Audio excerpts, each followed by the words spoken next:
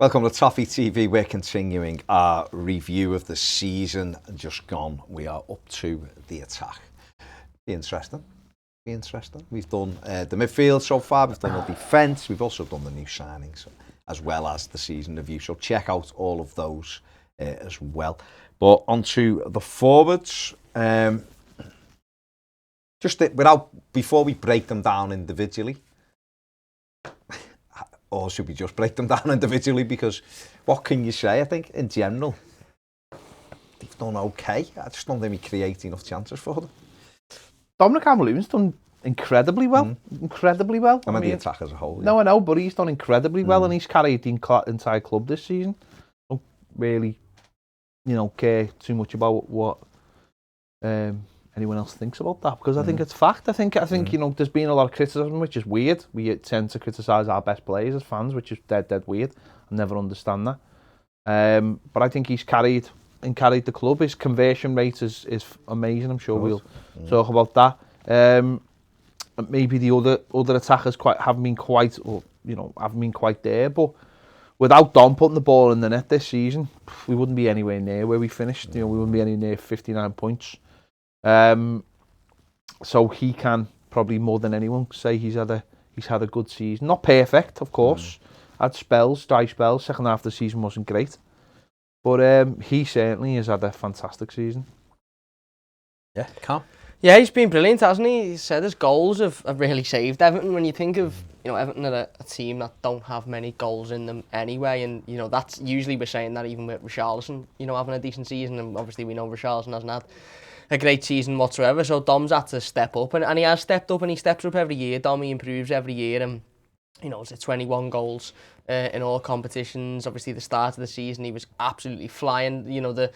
The later sort of fixtures in later months, obviously we weren't creating an awful lot for him. We were focused a lot more on defending, and if something broke for him, then so be it. And we missed chances, of course. We know we need to improve, but certainly at the start he was in full flow, wasn't he? He scored 2 hat-tricks in the space of a couple of weeks, and I think he's had a brilliant season. I love Dominic Calvert-Lewin. I think he's got the right attitude, the right mentality, the right sort of work ethic, and he'll go away in the summer and he'll work on, obviously after the Euros, he'll work on what he needs to work on to improve going into next season, but he's been fantastic for me. And I guess the others, Richarlison, just has had one of those seasons, hasn't he? And we haven't really had anyone else. We've got Josh King. We'll have a look at Moise Keeman out on loan, and Cenk Tosun come on as sub about twice and played in one game against Rotherham. I know he scored, and then off he went and got injured as well for his loan club. I think the disappointment is for the season is we don't really, or didn't really know how to use them in any consistent way. There was no clear. I think this has probably be the criticism of Carlo Ancelotti by fans, is there was never ever a set pattern of play, so that wasn't always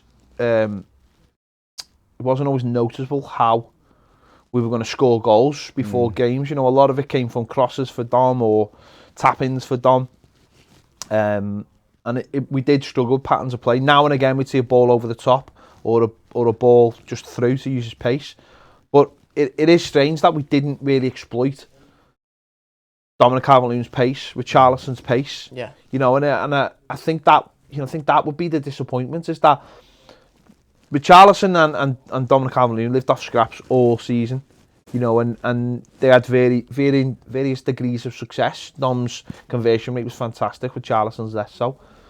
But as we said, they're the people getting the goals, and that when all the pressure's on a couple of players, certainly Dom, every miss is magnified. Yeah. And if you were to watch other teams or strikers who scored a lot of goals this season, they've probably had double the chances to score those goals. Some getting penalties and things like that to help them. And I think that we are very lucky that Dominic Calvert-Lewin conversion rate was unbelievable this season, like unbelievable. I spoke to the Pivot about 3 months ago, and he was saying we've got to be careful. This is with Europe on the, looking at Europe. And when we looked at Everton's conversion rate of the chances we were creating, it was high, but the worry was if we stop converting at the rate we're converting, because we were way above average. And that kind of played out in the end, is that we did stop scoring goals, didn't we? Not just Dom, everybody. So let's have a look at Dominic Calvert-Lewin then. 39 games in all competitions, started 38 of them. 21 goals, 4 assists. Duels, won 50% of his duels. Shots per game, 2.5. So the fact that he basically got 1 in 2 from 2.5 shots a game is incredible. Is an incredible record. That's in all competitions. I've got his actual. He got 16 Premier League goals in 33 games. His XG was 18.2. So he scored 2 less than he should have done on the good chances. So that's not bad. Yeah. His open, we got 10 goals from open play, 4 from corners and 2 from free kicks this season, getting on the end of things. So, and that his open play goals have improved every season, as his goals as well. But in general, he's been fantastic, hasn't he? And it is strange that people do want to sign. Like some people, loads of people love him, loads of people back him. Of course they do. Again, you're talking minorities, but some people really there's don't. Not, they always want to seem to put the boot. There's not many better players out there at the moment. We know he's better at some things than he is at others. Of course, he's still got to work on a lot of things. But this is a lad that in the last 18 months has come on leaps and bounds just through hard work and coaching. And you know, when you look at success stories like that, you think, well, there's opportunities for other players. When we talk about people like Ben Godfrey. Players who've come from nowhere and you know elevated themselves. Well, Dom's in that same category, surely. He's really elevated himself now to the point where he's second choice, I would imagine, for the English squad as a striker behind Harry Kane, of all people, one of the best strikers in the world. You know, best striker in the Premier League. And I think as well, even though we didn't have a great second half of the season in terms of goals, I think just on that England thing is that if you look at the squad, you know, they didn't call up Patrick Bamford, who I think ended up scoring 1 more goal than him, but I think there was penalties in there. You had Ollie Watkins, who had a really good season and a good second half of the season, but I don't think Danny Ings. but I don't think in the eyes of Southgate that they come close to Dominic Calvert-Lewin, just because the type of players they've got in the England squad will make chances that Dom will gobble up, as far as I'm concerned. I honestly believe that if you were to put him in a Man City team, he'd score a ridiculous amount of goals, just because they could guarantee him chances every game. Yeah. And because of the areas he gets into, he would convert a lot of those chances. And you know, I think that's the problem. Ultimately, that's the problem. We don't make him enough chances. We don't have a set way of making chances. That would be a criticism of Carlo Ancelotti and all of the coaching staff, is that. And I think, listen, we've come off a season where we were reliant on defending, but we have to find a way, whether it be fullbacks or wingers, where we're hitting areas that he's getting into, and you have that consistency. Because I think that's the thing. It's like early on in the season, I think he was getting in areas and he was putting the ball in the back of the net, 6-yard box every time. Bang, it was in there. Sliding across, he was in there. Those kind of chances, I think, dried up as the season went on. And then he started feeding off scraps, a lot of back to goal stuff. You know, early on in the season, Richarlison was getting wide, and then Dean, and then pulling it back, and he was in there. You know, and I think they're the kind of chances that we need to work on as a club, and that's where bringing fullbacks in and wingers in, who you know can guarantee you those. You know, we were talking on the midfielders one, and we were looking like a Wobie, and his cross conversion's like 14%. How can you marry that up with a striker like that? How can you say 14% of his crosses will find you? Do you know what I mean? It's like that's where we need to get that balance right, because Dean on the other side obviously provides a lot more. But once you cut one half of your pitch off, it's going to be really hard for people like Dom as well. So I think the fact that he scored 21 goals in 39 games is just unbelievable, really. It's 1 and 2, isn't it? It's 1 and 2 in everything, and 1 and 2 in the Premier League. So. No, I agree, absolutely. And how many games this season did we sit there and say, you know, Dom worked really hard today, but he just had no chances whatsoever, and he's having to do a lot of his work in the wrong areas. And that was something that we saw Dom doing early on in his Everton career. He was just dropping into the midfield, sometimes dropping in front of the defence and picking the ball up, and you were frustrated. You were saying you shouldn't be there, you should be in and around the 6-yard box. But at times this season, I think he's sort of felt he's had to do that because he's not getting the ball in any other way. But like you said, at the start of the season, you know, we had James who'd switch the ball to Dean. Dean would either get it in straight away or he'd give it to Richarlison and Dom. I don't think Dom scored. Maybe the West Ham goal, actually, other than the West Ham goal, he hadn't scored past 8 yards or something like that, 9 yards this season. But he was getting in the right areas at the right time. He was getting on the end of balls, whether it be flicks on the line, whether it be, you know, the one against West Brom where Richarlison cut it across and just had to slide and make a connection with it. And yeah, his goal conversion rate has been absolutely phenomenal this season. And Dom is a striker that if you give him a chance, he'll take it. If it falls to him in the box, more often than not, he'll take it. He's not necessarily a player who's going to take on 4 or 5 players and slot it in the back of the net, but he will improve on that. He'll go away and he'll look at his West Ham goal and think, right, I need to do more of that. If I get an opportunity in front of goal like that, I need to make sure that 9 times out of 10, it's in the back of the net. Well, he nearly did that at City, didn't he? Yeah, he nearly did the same thing. It was a lovely ball. He ran it, got across them, got the shot. If he had a bit more of an angle on it, it might have been harder for Ederson. But you're right there. He doesn't really create his own chances. No. And I don't know whether, I'll be honest, I don't know whether he'll ever be able to do that at his age. He's not. He's not weird. He's more like an old-fashioned number 9. I was going to say, but don't you think that's something that's only come into the game in the last 10 years, where we expect strikers to make their own chances? Yeah. I just mean, when you look at, you just mentioned Harry Kane. Harry Kane is very much someone who can drop the shoulder and whip one in from 25, 30 yards, where Dom isn't that player. That doesn't necessarily make him not a good player.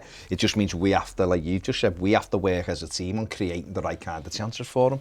Ideally, your other player with him, Richarlison, would be doing that. But it is playing to strengths. Dominic Calvert-Lewin's strengths are he's phenomenal in the air. Yeah. If you give him good crosses for him to attack, he'll hit the target. You've seen his goal in the derby, the leap on that ball, and he's headed it down. You know, other times, a lot of his goals, Brighton their own, Villa the other week off the deep corner to the back post, it's in the net.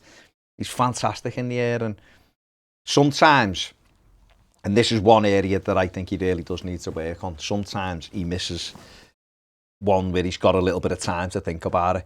You know, I'm thinking of him. I want to see him thinking it over goalkeepers. Yeah. You know, and that maybe is something he needs to work on. Leeds away, could have put the game to bed. You know, lovely little ball. He was 1-on-1. He's tried to go under Messier instead of just thinking it over him. But that's something that, you know, he can work on, and hopefully with enough practice it becomes muscle memory. Then you just lift it. You see the likes of Salah or Kane does that, or, you know, Cavani, them experienced strikers, when they're in them moments, will just think it over the keeper and it's in the back of the net. That's having complete faith in your own ability. Yeah. Like that's getting to that level where you're always like confident, because you know of your own ability. We've seen that with Kane. We've seen how Kane's moved on, and how his all-round game is got better. I mean, Kane not only finished the season as top goal scorer, but the most assists as well. I mean, that's incredible, that, for a season. You know what I mean? You look at people like Aguero and how much when they play, it's just there's no thought about it, and I think that is the only thing with Dom. I think that he's worked to be so hard to be the striker he is, that it's not quite instinctive. Yeah, it's something you can tell he's worked on. Yeah, where some strikers are, it's already there, it's God given. You know, you could do it at any level, and I think that's where he, not saying he has to work harder, but there are you know, I think what he's done is he's worked so hard at all of his parts that, of course, he's got some shortcomings, because we've seen how far he's come. So of course it was going to be inevitable that some parts of his game weren't perfect, but that's what he's got to move on to now. You know, because once one part of your game is there, you keep that on the level, and you build up the other parts. And I think it'll come. But you know what? If it doesn't come, if it never comes, those kind of goals, you know, getting to the keeper and then just dinking them, all that kind of stuff, he's still a really good player. Yeah. And if you look at him and go, right, how do we get the best out of him? You know, that's what you need to do. 20, if he can continue scoring around this amount of goals every year, isn't that what everybody says? We need a 20-goal season striker. Well, there he is. Yeah. And every year he's got better and better. So yeah, well, he scored a dink against West Ham, didn't he, in the cup, when Michael Keane played the ball over and he went onto it and he dinked it over. So he's got it there, but he just needs to sort of. I agree. I don't think it's as much instinctive, because, you know, I think he was a midfielder for Sheffield United, so he wasn't an out and out all-seeing striker, and he's obviously come in, and that's very much been his role, and he's had to go, right, okay, well, I need to adapt my game, and I've got no doubts whatsoever that Dominic Calvert-Lewin will score more goals next season, and he'll be a better player next season. I think he'll hit. So what's he scored? 16 in the Premier League this season. I think you'll see 20 plus in the Premier League, maybe 25, 26. Well, we've got to create for him now. Well, that's that's it. If we don't get better at creating chances for him, then it'll be more difficult for him to score. It's no surprise that early on in the season when we were free flowing, we got back-to-back hat-tricks at Goodison, didn't he? First player to do so for however long. Because we were creating those chances for him. He was putting them away. Second half of the season, like you said, the chances started being few and far between, and he would go games where he'd snatch at something because it'd be the only opportunity he got in the game. Whereas, imagine, like you said, if he was Man City, and you go, well, I know I'm getting 5 chances today. If you miss the first one, you don't get tense because you think, I'll get another one in a minute. Seeing, you watch all the top strikers, they miss opportunities, they just go again because they know the next one's coming and they'll score it. I think the problem is, and maybe what people's criticism of Dom is, that I think deep down we all know we don't create loads of chances, so if he does pass an opportunity up, it feels like a pivotal moment in the game, whereas when you're a good side creating a lot of chances, you just go, you'll get another one. You're just like, oh, lucky, let's go, and we'll make another one in a minute. Then with us, sometimes it's like, we mightn't get another opportunity now because we've seen that. And that's not his fault. And the mad thing about it is, though, what is weird is about this Everton side, and you have to look at the manager as well on this, is that he can be used as a battering ram, and he doesn't get used as a battering ram. So in games when we're passing the ball around the back, and you just think, go long to Dom, go long, or do what we've seen in the few final weeks of the season where we were starting to put thread the ball through, and obviously got the one at West Ham. It's like that to me is where we have gone wrong this season. It's like, if in doubt, just whack across him. Brilliant at taking the ball down in the whack across him, or stick one on his chest. Don't put it up there. Stick one on his chest and let him bring it down and start to play higher up the pitch. He's a great back to. He's a target man. He's an old-fashioned target man. It's been spoke about for the last couple of years of people comparing him with Graham Sharp, because that's what he looks like to people. And Graham Sharp wasn't like this player who went through and scored loads and loads of goals. He did for a couple of seasons, but most of the time he was 15, 16, while his strike partner got a good amount of goals. Like Graham Sharp has ended up the highest Everton goal scorer post-war, because consistently over years and years and years he was getting goals and goals and goals. So when you get, might get your Gary Linekers for a year, or Adrian Heath for a couple of years, or then Tony Cottee for a few years, and Duncan Ferguson, Kevin Campbell's, whatever else, Paul Rideout. Yeah, they had little spells, but Graham Sharp was like that for like 10 years. Yeah. Do you know what I mean? And that's what I imagine Dom to be, is someone that over a space of time would get consistently 15 to 20 goals every season.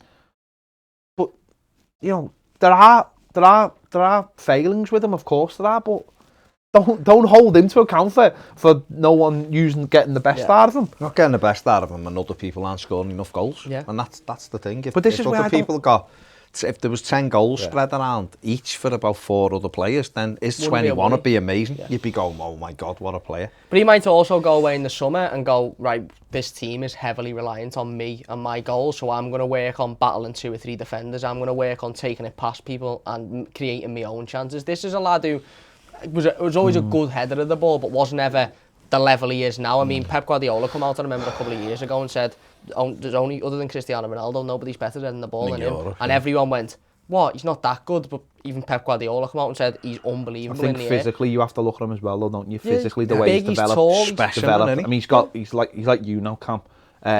You know what I mean? Not quite. You know what I mean? He's up there. No, but he's a specimen. He's worked on himself though, because again, he's seen what's. He as a player has identified, I think, what he needed to do, and has gone out and done it. So you might be right, Cam. You might look at it and go, well, if they're not going to do it for me, I'll do it for me. And it's that single-mindedness that, if Everton aren't careful, it's that single-mindedness at a point he'll just go, am I continuing to do this on my own? We're looking at Harry Kane this summer, looking around going, and I'm not saying he's carrying the team, I'm not saying that at all, but what I'm saying is that got to be careful what you wish for. His goals are carrying his goals are carrying the team. Struggling massively. And at some point, if he keeps elevating himself, And we don't. And we don't. We've been here And before. he's working hard, and we've seen him last year on the Been here bike. before, though, haven't we? Yeah. During the lockdown, Seen it was him last every year on the single bike. day. The muscles on it, you know, Yeah. he's got to a period of his life where he's putting muscles on muscles. He's building himself into a very, very good Premier League athlete centre forward, what other people should be doing, and they're not. Yeah. And if one day he knocks on the manager's door and went, you can't fulfil the things I want to do, then We've been here before. of course we have. You know, I've seen him bemoaning, seen all kinds of messages to Lukaku last night. We've been here before with other players as well. If you can't, you know, if the club doesn't match where they're going, then those players will move on. And Harry Kane's the perfect example of that. Absolutely. So, I First think thing to do next season is get him on the pens. Yeah, well, it's Well, he's asked ridiculous for that them he's now, not hasn't anyway. Get him on the It's absolutely pens. ridiculous First that he's thing, not. get him on said the pens. he's going to be asking the manager in the summer. Yeah. Good. Can he get good. on penalties? So, Because he can't compete with those people at the top of the league if certain teams are getting but 10, 15 the pence thing a about season. him is, like you just said, Cam, every year he's improved. He works hard. Can he get a bit better? Of course he can. But listen, let's There's not one put- Everton player that can't get a bit No, better. but let's put everyone round him. Let's definitely. give him more opportunity and get others, because I think he's had a great season. I really do. On to someone who hasn't had a great season, in my opinion. He's had his worst season at Everton. I think that's fact. Richarlison, 40 games played. I mean, the two of them, you know, 79 games. Yeah, between that is a problem. That's a problem ridiculous. right there. Started 39. You know, Dom's was 39, started 38, 38, whatever yeah. it was. Goals 13 in all competitions, 3 assists, successful dribbles 60%, big chances created 4, which is not great. Shots per game 2.5. So they're both. So if they're our chief goal scorers, And they're having and 5 shots. they're averaging 5 shots a game between them, that's it. Yeah. Which tells you everything you need to know, doesn't About it? everybody About else. Everton Yeah. and where the problems are. Richarlison, since he's come in, he's been fantastic for Everton, you know, up until this season. And this season, he hasn't been terrible, but he hasn't been anywhere near his level. Yeah. He's got 7 Premier League goals this season. His XG, I think, was 10. So he's got 3 goals less than he should have got on the chances created for him. But he'd had 13, I think, for the opening couple of seasons, hadn't he? And I think he works really hard. I think he suffered from us not really knowing what we want to do with him, if that makes sense. Yeah, it's like he's on the left for a bit, then he was up front for a bit, and then we've even tried him on the right, and then it's just, he's finished the season. I don't know where he's playing, because he's not where he was on the left. So, I mean, how have you made seeing the Richarlison season this year? Yeah, he's had a difficult one, hasn't he? I think unfortunately for Richarlison, is, as we mentioned before, we're a team that don't have many goals in it whatsoever. Without our 2 strikers, i.e. Richarlison and Dominic Calvert-Lewin, you're looking at 3 or 4 goals for your second highest goal. I know James has got a few this season and Gylfi. So when you take away Richarlison, he can't really afford to have a bad season. He can't afford to score 50% less goals than what he usually does. Yeah. So when he has a season like that, it's all, oh my God, he's been absolutely terrible. He hasn't been great, don't get me wrong, but like you said, imagine we had 2 wingers that had scored 10 and you had a couple of midfielders scoring 5 each. You'd probably look at Richarlison and go, he struggled this season, but it's not the end of the world. He'll go again next season. Whereas because we haven't got that, it's like, oh my God, he's been dreadful. Look, he struggled, and I agree. I think he hasn't really had that consistency, has he? He's been on the left at the start of the season, where he was creating more than scoring for Dom, and with obviously going from Luca Dean to Richarlison to Dom. Then he played up front for a bit, but he wasn't really playing in a partnership with Dom. It was more just the two of them as individuals. So I think again he's been a bit all around the world, and he's in terms of positions, and he hasn't really fitted into one. He hasn't really fitted into one position consistently, but 13 goals, I think, like you said, 7 in the Premier League, 3 assists. He couldn't have afforded to have a season like this for us, because we haven't got the goals to replace that. He has, and I think he'll come back stronger next season. I think you've seen the goal against Wolves, what it means to him, and you know how much he needed that goal. He scored the goal at Anfield, which obviously will go down in history for us. But he struggled. You'd be No one scored more match winners than Richarlison. There you go. What, overall or just this season? This season. There you go. For teams that won the game, like the winning goal. Yeah. It's 4, I think it was, other teams when they looked. it gone through, he was the one who got the most consistently for his So team. he's there, he's a player that turns up in big games and big opportunities, and he's done that at times this season, not as much as he usually does. But look, he's had a bit of a bad season, and he's struggled, and I do think that's through various different things. Let's not forget as well, in December he got sent to the moon by Manchester United. He got knocked clean out, and within about a week was right back in the team. And you could see that he wasn't even in the stadium when it happened to him. And again, maybe he's fallen a little bit under that because the responsibility is all on him. That pressure's just over, it's got too much for him this season, whereas the last couple of seasons he's taken that and ran with it. But I think he'll only get better. He'll come back stronger next season, and he'll hopefully he has another 15, 16 goal a season. Definitely. I mean, like Cam just said there, he just mentioned one of the injuries he's had. He also had the sending off against Liverpool, missed a month of football. We know he had another issue early on in December, and he wasn't quite right, and then he come back and obviously had that head injury, and he's had a very stop-start season. It reminds me of when we signed him, and people said about the second half of the season at Watford, and how all the goals had dried up and everything. And I think that's all it comes down to. I think he's played 2 seasons back to back of relentless football. The way he plays football, as well. The way he plays football is he's always trying to do something. It hasn't looked the same this season because I don't think we've quite seen the part of the game that really fans love. And I think that's we haven't been there either. And I think that's what it comes down to. I think he feeds off the crowd. I think he loves the crowd, loves the adulation of the crowd. Some people, absolutely, it drives them on. It's what they get up for. Listen, I can't sit here saying he had a good season because he hasn't. But there's many factors. He's a young lad. He lives in a foreign country. He's away from his family. You see him when I've just seen him now. He's back in Brazil now, getting ready for the Copa America. You see him when he gets a chance. He goes back. He sees his family. He's surrounded by people. He hasn't been able to do any of that. It's difficult. You know what I mean? It's difficult. You see him all the time doing stuff for Evertonians, for fans. He obviously loves being here. He obviously loves what it means. But it just hasn't clicked this season. And I think he's one of those people that he takes it out on himself. He takes it out on people around him. I was at the Chelsea game when we thought we'd had a penalty, and he was spat, and you could see him having a go at Carlo, and you could hear him, and people were like, "Charlison, get your head on the game." And there was just little moments like that during the season, and it happens sometimes. It happens, and this season has been like no other. He's also not the main man. I think he likes being the main man. I think he likes the responsibility of being the main man, and sometimes when it's taken away from him, maybe he can't get himself to the levels he needs to be at. That's maturity, I think. Yeah. And there's a lack of maturity in him that will kick in. But listen, he hasn't had a great season, but he's had a lot better season than some other people. Yeah. Much better season than other people. He's 13 goals, 3 assists. I'd like to see the assist part of his game be higher. Yeah. If he's not scoring the goals, but look at that, shots per game is for both is just pathetic. 5, that tells you everything you need to know about this football team. Especially when they're the chief players who you'd expect to get goals, and you're getting them 5 opportunities. Because how many games have we had where the 2 of them barely touch the ball? They run around, they battle, they work hard, but you don't give them anything. I've seen second half where Richarlison hasn't got nowhere near the ball, not because of his own doing, just because it spends all of its time in that half. Must be frustrating as well.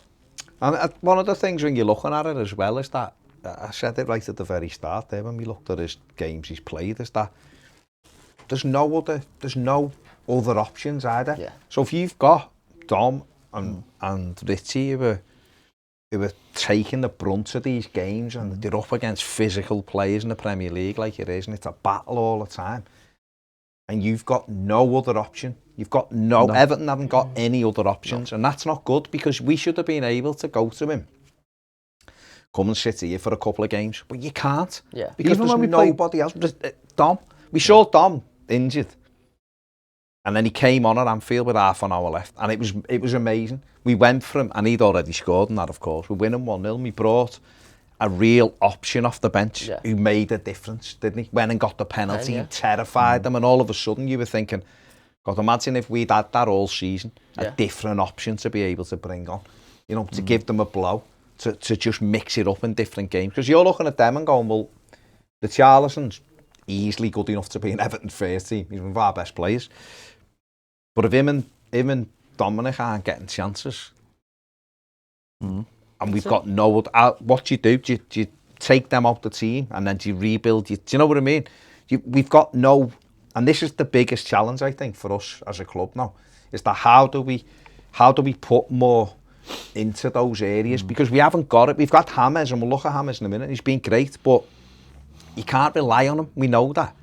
So we really do have to go and get a fast winger this summer, and we have to get another centre forward to just lighten the burden, don't we? Because these lads are playing. I remember at Wolves when we were winning 2-1 and he brought him off the bench with about 5 or 6, maybe a bit more. Yeah, he's just coming back. He was not fit. Nowhere near fit.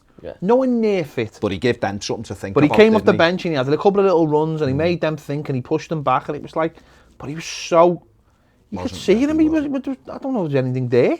It was just, that's what I'm saying, it was just like, it shouldn't happen. But you should have, the way he come on and give them something to think about, we should have that in our squad anyway, for him to come off. Or if I think the problem is that you need players, and this is where the Moise Keane situation is, you need players who can do that, and then you need players who the manager trusts can start the next game as well. So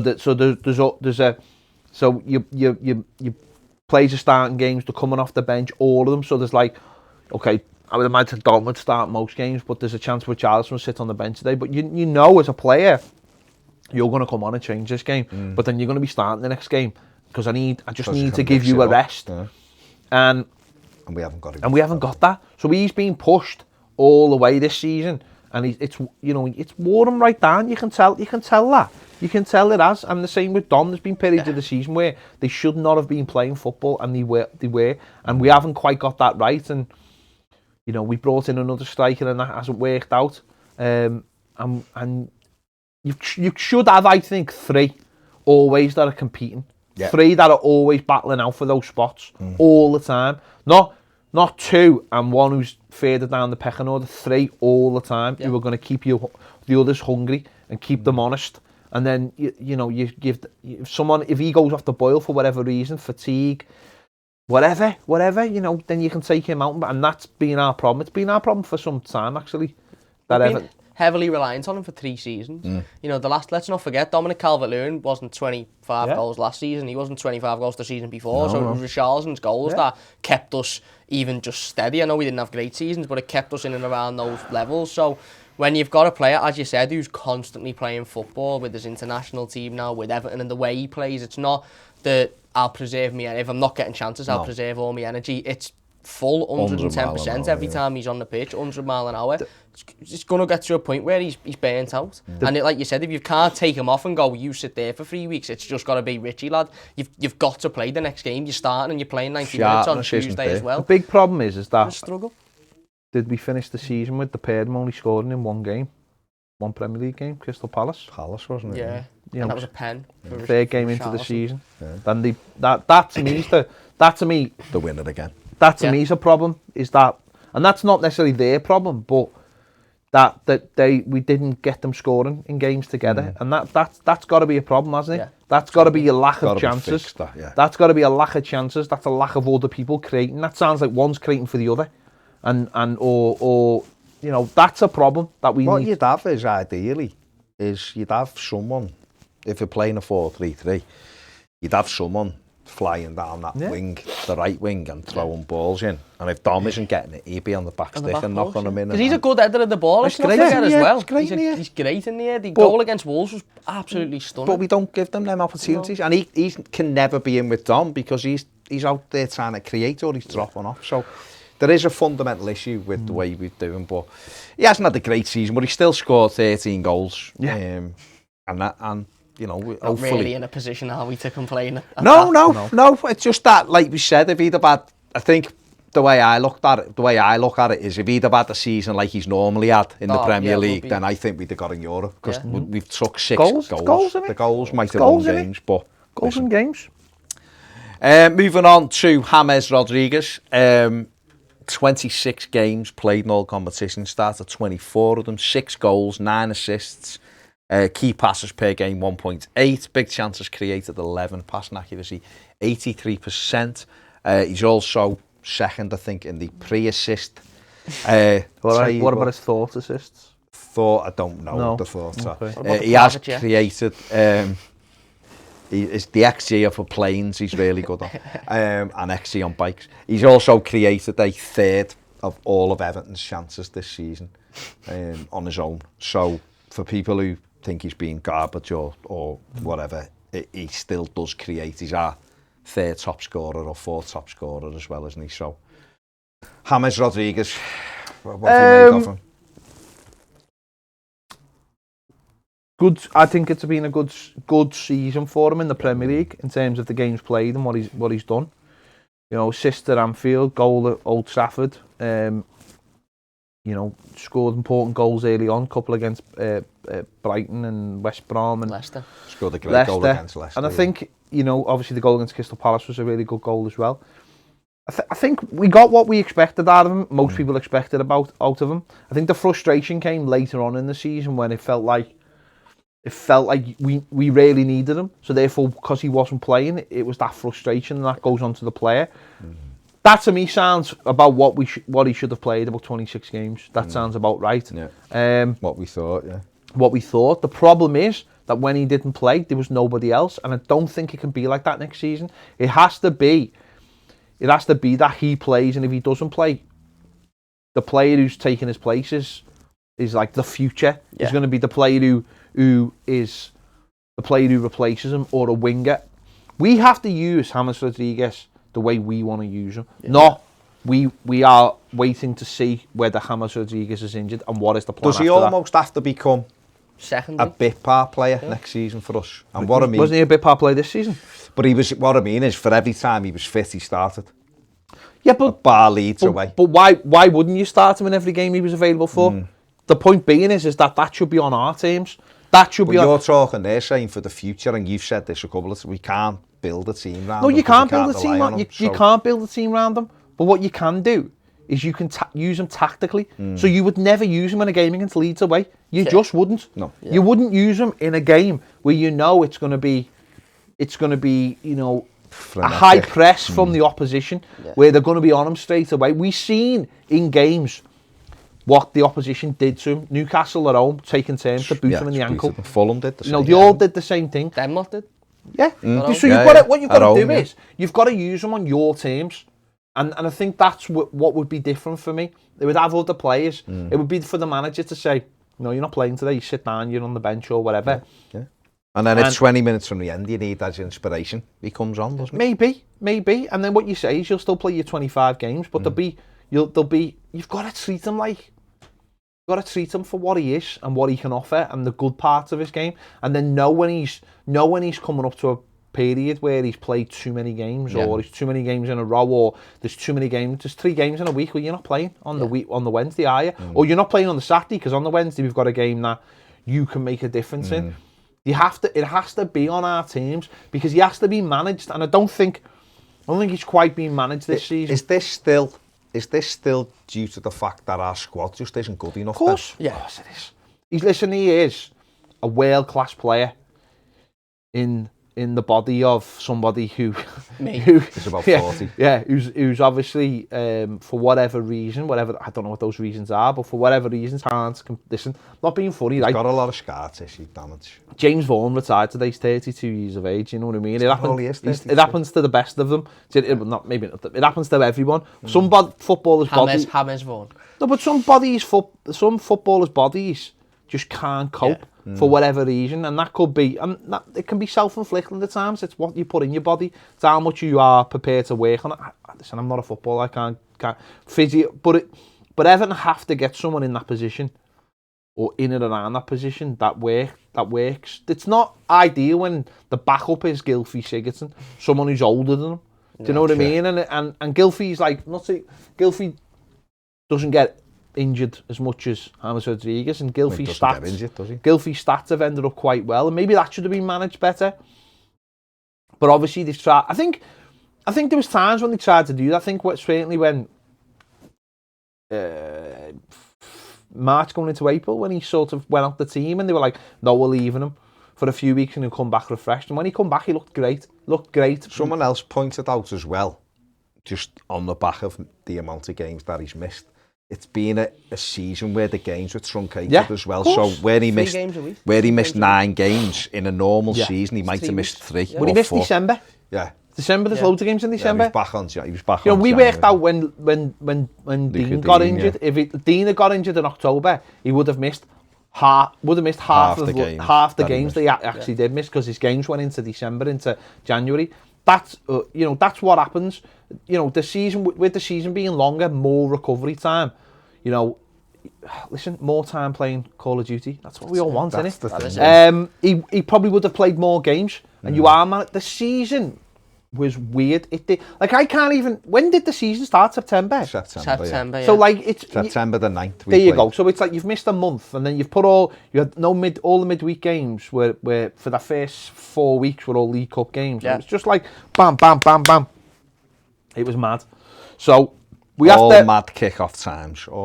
Next season, we have to have someone in there who can take his place, take the burden off him. Let him come in. He knows what the Premier League's like now. He'll go away playing the Copa America, and we have to work on it and make him benefit us. Yeah. So you get rid of all that fume and which gets created, which is mad. Listen, the only thing I was disappointed by, and I know why it happened.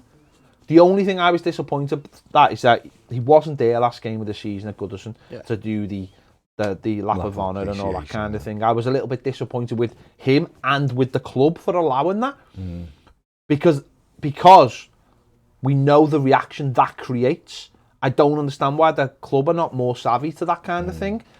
Ultimately, we are fans. And why didn't we just say that he was injured instead of... Ultimately, we are fans. We are allowed to get upset. I don't care what anyone says. Yeah, we are allowed to get upset. I think anyone who saw the pictures of him tweeting on the plane has got every right to feel upset by that. I'm not upset by it, but I feel like everyone's got a right to be upset about that, because he is an Everton player and he should have been at the last game of the season. No, he's an Everton player. We pay his wages and he should have been there. And it's an emotional game. And it is, and he should have been there. And people were disappointed that no one's got to see him this season. And then you see him on a plane flying home. People have got a right to be upset. And I know people go, oh, the fume again.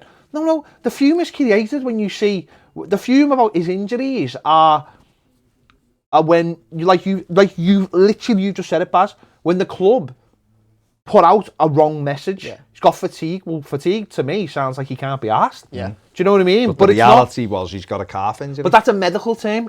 He's fatigued. The muscle is fatigued. The muscle's fatigued, and it's come from an Italian manager who says it a certain way, and then, it all gets spun the wrong way. Because Carlo could have come out and said, I've told him he can go home, and then everyone would have gone, well, the club have told him, Carlo Ancelotti's told him. But if he'd have said, they should have just cleared up why he was missing. Yeah. Putting it out, like you just said, putting it out fatigued. I mean, I've seen everyone going, he's a bit tired, can't be asked.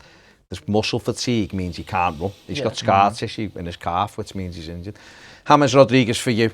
Yeah, I think he's had a good season. I just think we haven't been able to manage him properly because of the lack of quality in the squad. And what we've done is we've become over-reliant on him. And that's easy to do because of how good of a footballer he is. But we all said in the summer or September when he come in, right, he's absolutely world-class. He is going to spend a lot of time out injured because he would not be an Everton player without those injuries. If he was coming in to play 40 games like Dominic Calvert-Lewin, he wouldn't be anywhere near Everton Football Club. And we wouldn't have got him for nothing. And we wouldn't have got him for nothing. He'd have gone somewhere in the Champions League. So... we knew that, and then when he come in and he played the first few games of the season, having probably barely visited Finch Farm, he probably first seen the home kit on the opening day of the season. We become very over-reliant on that quality because we haven't had that for years, maybe even since Arteta. We haven't had somebody that picks the ball up the way he does and can find a pass the way he can. So then when he goes out injured, it's like, oh my God, what are we going to do? And I completely agree with Ped. Is if you've got nobody to come in who can even do half the job he can. Gylfi is a very good player, but he's not in the same bracket as James Rodriguez. He's not. I don't think they're even the same type of player. Even though they play in around about the same position, I don't think they're the same type of player whatsoever. We've got nobody that can do the job half as good as he can do it. So when he comes out, it's a massive drop-off. And this is why he's had to be mismanaged. Because Ancelotti's looked at him in the same way he's looked at Richarlison and Calvert-Lewin and gone, for the most of the season, other than that part in March, April, when he said he's not playing until he's at 100%, that's because before all of that, he'd been playing when he's not at 100% because we've got nobody else to put him in. I think Carlo even said he wasn't 100% on the derby, but because it's a derby and it's a massive game, he's got to be in there. And then he was playing at 60% in most of those games. But he knew every time Carlo put him in there, he knew that a couple of days later he wasn't going to be available for the next game because it was going to he was going to pick up another knock or another injury. So we haven't been able to manage him because we haven't had nobody else to come in and replace him. His season has been great. He could have had a season where he plays 26 games, scores 1 goal and gets 2 assists, and then everyone would go, well, he's not been worth the hassle, but he has been worth the hassle. The goal at Old Trafford, the derby assist was absolutely excellent. He found that pass. Nobody else at Everton Football Club would have found that pass. The goal against Leicester, his goals early on, even the Palace goal, he squeezes that into such a tight angle. The thing about it is, though, it's not Richarlison for it's not hassle, though. Yeah, it's not hassle. No, but people it's talk not. like No, it is, though, it's not don't they? hassle. The manager asks him to come on the pitch and do something, and in most games he does. Yeah. The game away to Fulham, he orchestrated that. Yeah. He orchestrated the goals in that. He was moving the ball side to side. He was coming, and don't forget as well, big part of this comes from Seamus Coleman getting injured. When Seamus Coleman got injured, it disrupted that way we were playing, which was really nice. Him coming off the right, no one had the clue how to pick him up. As soon as Seamus Coleman, if we had an energetic right back who could get up and down and provide that width, that space, doesn't even have to touch the ball, he's there, could go back. It's not. I don't understand why people think it's hassle. You bring someone into when he's on the pitch. If he's not on the pitch, there's nothing you can do about that. Yeah. You've got to manage that. But when he's on the pitch, most games he's done something. We as fans look at him, and then when people go, it's not worth the hassle. It's like, what hassle? Is he out on the ale every night causing problems for the club? Is he on X amount of money a week? Is he causing all kinds of problems? Is he causing problems? The way the club look at it is, this fella come in, he created worldwide headlines. Yeah. We did a brilliant way of revealing him. Billboards in New York and buildings in Bogota and Miami and Liverpool and everything else. We are now trying to build a fan base off the back of him in South America, in North America, in Spanish speaking communities, because he gets you through the door. And if you look at it from that point of view, resounding success. It is a big success. It is a big success. In fact, I would say Everton aren't using him enough, which is no shock because I don't think they never ever go fully on board. He's not on the promotional pitch. Well, the first thing he should have done is gone. He's your new Everton number 10. Yeah. James Rodriguez. Yeah. Sorry, Gylfi, you're number 19, mate. Yeah. All we see on our comments is, when is he getting the number 10? It means something. Yeah. You've got to understand the culture of where these people are coming from. It means something to them. He's the number 10. Sorry, Gylfi, you're not our number 10. He's our number 10. Sorry, mate, if you feel problem. Oh, you want to leave? Oh, God. Ooh. See ya. Upsets people. But why isn't he modelling the new away kit? Why isn't he front page right there in the new kit? Because you know why? You know why? Because if he says in the summer, I'm leaving, he's leaving. Yeah. That's the end of it. Yeah. That is the end of it. True. Whether you think he's leaving or not, if he makes a decision, if he goes in the summer, actually I'm retiring, I'm knackered. Yeah. Legs are gone. Call of Duty's amazing. I want to sit and play in that all day. Then he's done. Yeah. He will make that decision. That's what you've got to understand with a player like this, is that if he decides he wants to call it a day, he'll call it a day. And that's why he's not. You're absolutely right. Everton should just have him on front and centre. You're selling the kits that are coming on sale in a week or two. Who's asked what happens in August? Yeah, exactly. Get him in the kit. He's in the kit.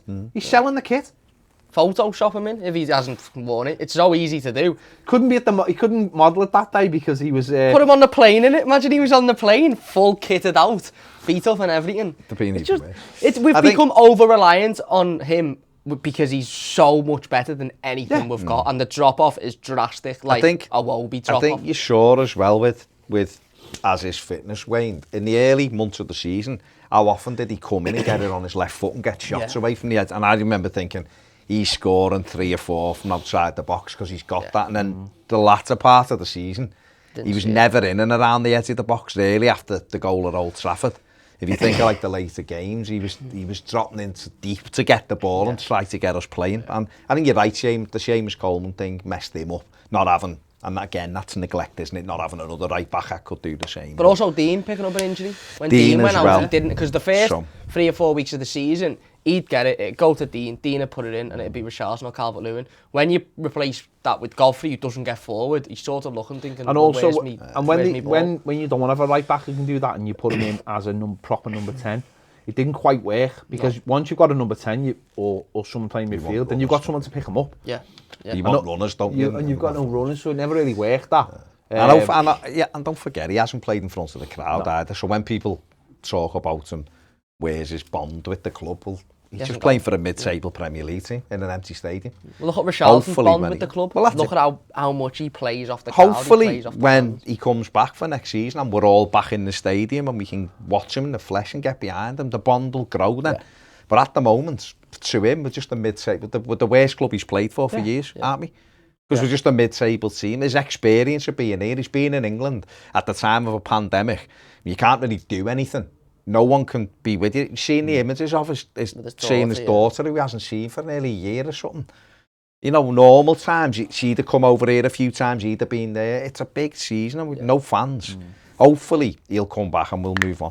But I think he's been good. But yeah, I understand people saying you can't build a team around him. Totally understand that. But sometimes people are upset with other things, not him. And the thing you should be upset with is Everton don't have a squad that can replace him. That's what you should be upset with, the lack of options, not necessarily, in my opinion, not necessarily. Well, if I'd have said at the start when we signed him, do you think we'll build a team around him? Everyone would have gone no. Because he's going to be out for, he'll probably be out for the Well, I think a lot of people would have said, yeah. You might have said no. I don't think. But I think a lot of people... Would you have said no? I wouldn't have built a team around him because I knew that he'd had injury. Exactly. We knew coming in. But don't forget the fume when Everton took 3 days to announce him because there was things with, you know, things were showing you that he wasn't going to be fully fit for 35 games. Yeah. But people were fuming, don't Everton this up, don't you dare Everton with a joke, with this, with that, which some people get really... wound up with. The reality was he's here for nothing because he was only ever going to play 25 games a season. And finally, someone who probably wished he'd played 25 games this season is Joshua King. I know there was Shank Tosin and Moise Keane was here for 2 games, but there was no point looking at either of those. Josh King, 11 games, didn't start a single one, no goals, no assists, 57%. I mean, Ned stitched them up a bit there, hasn't he? Because he's got such a small sample size that he's made them look even worse than probably what he is. He did get the free kick at Old Trafford, which resulted in us getting a draw. Big moment in his career. Joshua King, I've seen people saying he's awful and this, that and the other. I can only think of him really playing for Bournemouth when he was very much not awful in the Premier League. He's come in, he hasn't been given a go, and that is probably on him because you're training every day and you don't do enough, then why would the manager play you? But I think let's begin at the start. Everton had to bring him in, didn't he? And don't forget, on deadline day, he was very much Everton's second choice. He wasn't who they wanted. He was someone who they thought, we need to bring a striker in. Because if Dom and Richie both had injuries, if they'd have got another injury, we'd be knackered. Yeah, I mean, let's put this horrendous rumour to bed that I've seen this week. He did not cost £5 million. People still think he cost £5 million because Everton put a tweet out saying that's how much his fantasy football thing was. Price was. And it was like wasn't £5 million at all. So let's put that to bed. He wasn't even a million, was he? Simple fact is, Everton needed to bring someone in. Cenk Tosun was going back to Turkey. They needed another striker in. If they hadn't brought him in, there would have been an uproar. People would have kept on. People would be saying this week, why did never bring Josh King in? It didn't work. It clearly wasn't the manager's choice. They saw a deal. They did a good deal because they did it to the end of the season. Imagine if he'd signed him on a 3-year deal. People would be fuming. What did you give him that for? It's got to the end of the season. It hasn't worked. He's trained with Everton for 5 months or 4 months, and he clearly has not made an impression on them. So what does that say about the player? Would there have been opportunities to start him? Well, yeah, maybe. Personally, I probably would have started him a couple of times just because the other two are out or not out, but weren't at the best. But also sometimes you don't see the best of someone until you've given them a 90 minutes and gone through it all. Maybe they should have signed them at the beginning of January as well for all the games. The FA Cup would have seen something more out of him out of that as well. Got that done earlier. Got Cenk Tosun out earlier. But ultimately, the manager didn't fancy him, and every time he come off the bench, I was never really impressed with him. No. Bar a couple of little moments. I remember he come on his first game against Leeds and nearly, I remember we were fighting to get the ball down the other pitch and he gave it straight back to them and helped them have a counter-attack later on, and it just, And I never thought he was fit, and the reason why is because his touch was so bad. He never looked fit because it was bouncing off him all the time. And ultimately scored against Fulham, didn't he? And he just offside, but if that would have counted, ultimately, got him going. Ultimately, it never worked. It could have worked. Imagine he'd gone to Fulham and scored 6 goals and kept them up. Yeah. Imagine what the fume would be then. Everton took a chance on a player and it hasn't worked, and it happens, and he's gonna leave. He'll go, and that's it. And that's it. It happens in football every year. Yeah. Norwich won him. He'll probably go to Norwich and do well in the Prem next year, and everyone will be like, "We didn't see that." And you're right, we didn't see it, but it was a gamble. It was a gamble worth taking, wasn't it? Surely. Yeah, it was a gamble. It was very low risk and could have been very high reward. I mean, 6-month contract. If he does well, he earns a new one. If he doesn't do well, he leaves. Not, pretty much no fee whatsoever. Wages wouldn't be very high. And look, it hasn't worked, and it's clear what the manager thinks of him when you're losing against Sheffield United and you're losing against Villa, and you need somebody to come on and change the game. And Andre Gomez and Fabian Delph coming on whilst Josh King's still sitting on the bench. It's clear that he's not in the manager's plans. No matter how much the manager will say, oh yeah, he's this, he's working hard and saying he's this, that and the other, he's obviously not. Or he's obviously not good enough, he's not showing it. And when he's come on the pitch, he's looked unfit, I've thought sometimes. There's been times when he's been on the pitch for 7 minutes and he'll run around for 5 and then he'll be blowing out of his backside for the final 2 minutes of the game. And that sort of makes you think, well, is that why he's only coming on with 4 or 5 minutes to go? Because the manager knows that if you give him half an hour, after 5 minutes, he's going to be absolutely goosed, and then he'd just be a liability walking around the pitch then. Obviously, he had the chance against West Ham as well, which should have been a goal handballed off the line. And you're right, maybe if he would have got a goal earlier on in his first couple of games, it'd give him a bit of a kickstart, it'd give him a bit of a boost. But, he was brought in to provide a little bit of backup, brought in as an emergency sort of idea, and it's not ideal because ideally we'd have already had someone in the summer, and ideally we'd have had someone that, like you said, Richarlison can come out for, Dom can come out for, but that was never going to be the case with Josh King. It was if them two are injured and seriously injured, then he'll come in. But whilst they're fit and they're still going, he'll just sit a place on the bench. I mean, look at our bench for the last few weeks of the season. It's absolutely shocking. We couldn't even field 9 players against City. 8 players and 2 of them are goalkeepers. Yeah. Just absolutely dreadful. I don't think Josh King was in the squad for the City game either. So, yeah, it hasn't worked. And he missed games with injury, didn't he? Yeah. The manager said he didn't train. He hadn't been training. He was on the bench for the odd game. He hadn't trained. So you don't know how big a part that played. If he wasn't training, how can you give someone a game? Yeah. And if you put them on and they look knackered, it's obviously because they're not training 100%. So, listen, it was a small, like you just said, a low-risk gamble. We brought him in as backup. Yeah. It didn't work, and he'll move on and he'll go somewhere and get a contract, and he'll probably score a few goals, and we might probably look and go against Everton. Yeah.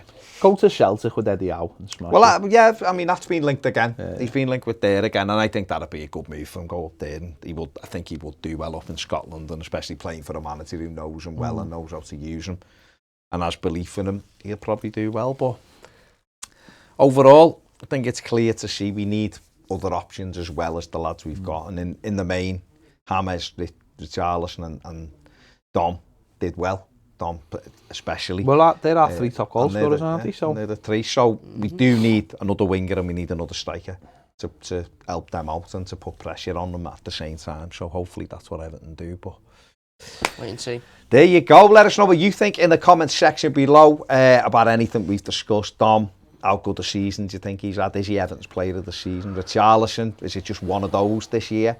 James, what have you been impressed with James Rodriguez? Let us know in the comments section below. Subscribe if you haven't. If you want more videos like this, join us over on Patreon. Give the video a thumbs up and check out Cam's Mighty Blues YouTube channel as well while you're at it. Thanks for watching. See you later.